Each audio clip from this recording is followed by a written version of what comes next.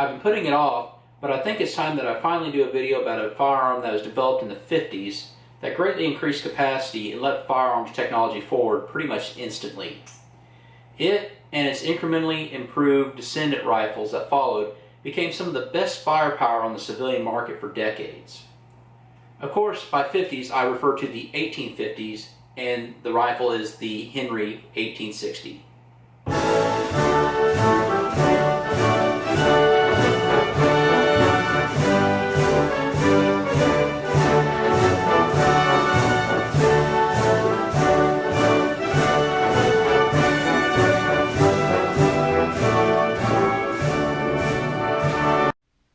Welcome to the Milsurp My channel.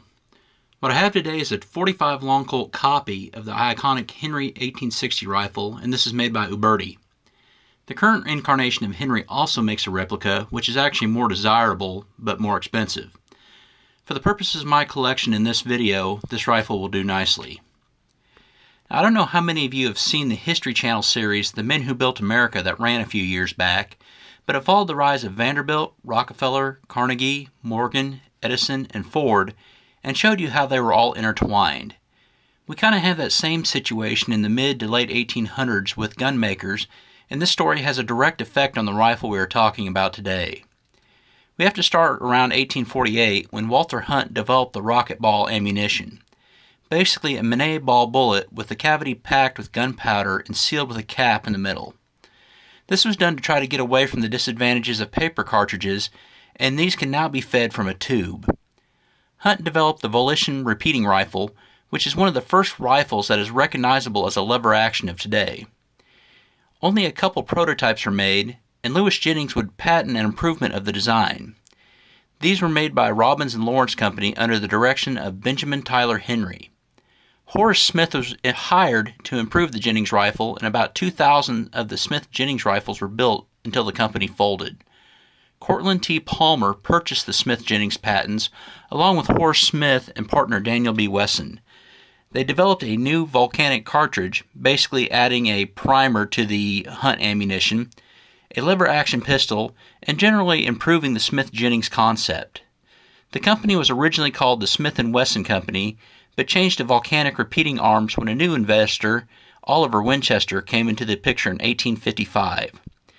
Winchester forced the insolvency of Volcanic in 1856, took full ownership, and moved the company to New Haven, Connecticut. This became the New Haven Arms Company. Benjamin Tyler Henry was hired, and he began to work on making a new metallic cartridge, as the rocket ball ammo was weak due to the small amount of gunpowder you could fit in a Minet ball, as well as improving the volcanic design to take advantage of the new cartridge. The 44 Henry rimfire cartridge and the 1860 Henry rifle were born.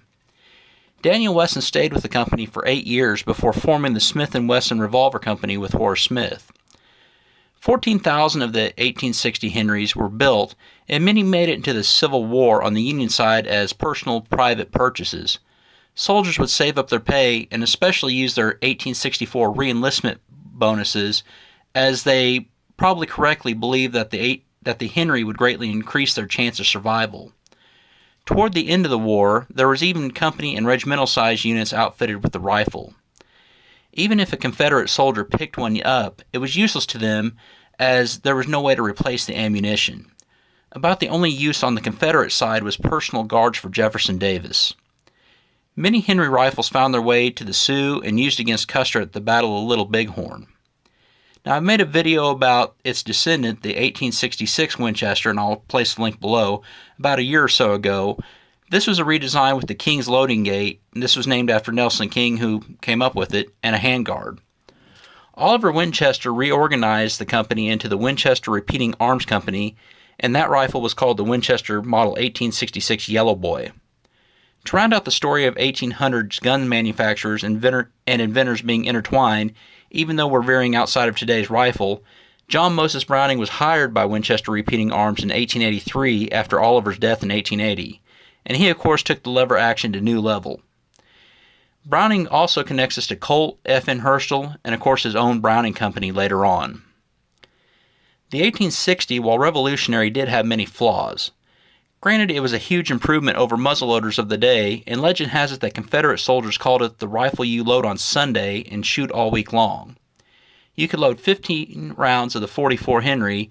My .45 long Colt Replica can only hold 13.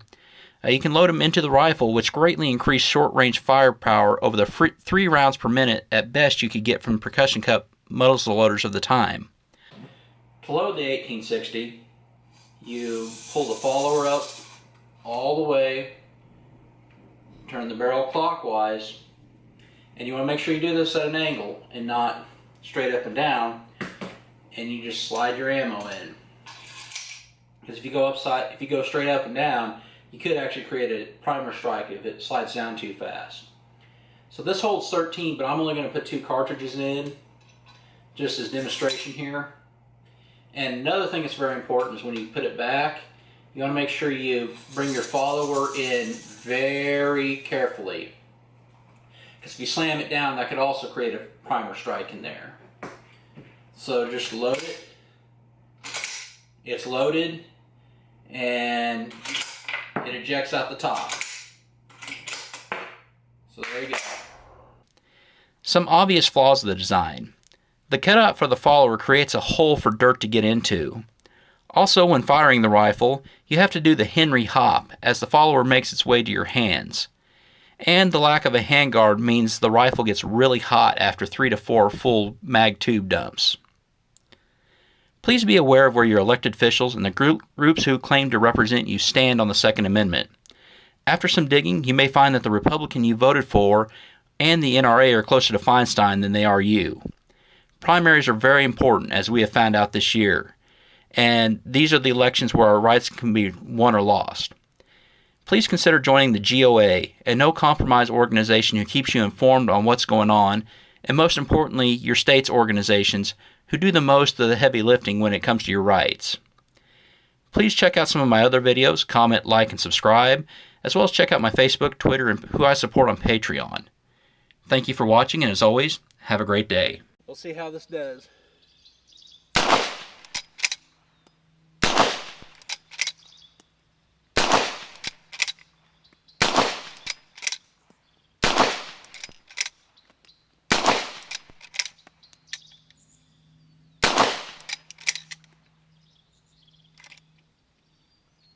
Well, that was a mistake.